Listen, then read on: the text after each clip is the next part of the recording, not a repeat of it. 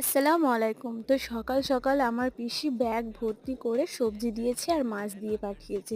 দিয়েছে লাউ শাক, মাছ, ডিমের শাক, তার সাথে ঝিঙে আর একটুখানি লাউ। তো যেগুলো আজকে রান্না করব সেগুলোকে আজকে বাইরে বার করে বাকিগুলো সব কিন্তু গুছিয়ে ফ্রিজের মধ্যে রেখে দিলাম। আর আগের দিনকে রাত্রিবেলা আব্বা আলু পেঁয়াজ এনেছিল সেগুলোকেই কিন্তু এখন জায়গার মতন রেখে দিলাম। আর মাছটা যেহেতু ফ্রিজের মধ্যে ছিল বরফ হয়ে গেছে, তাই বরফটাকে গলানোর জন্য মাছটাকে একটু জলের মধ্যে এখন ভিজিয়ে রাখছি। তারপরে মা যে সকালবেলা থালা বাসনগুলো মেজেছিল সেগুলোকে কিন্তু গুছিয়ে ভালোভাবে জায়গায় জায়গায় রেখে দিচ্ছি। আর যেহেতু আজকে সকাল সকাল অনেকগুলো কাজ হয়ে গেছে, তাই ভাবলাম আজকে ফ্রিজটা একটু পরিষ্কার করে নিই, কারণ অনেক দিন হয়ে গেছে ফ্রিজটা পরিষ্কার করা হয়নি।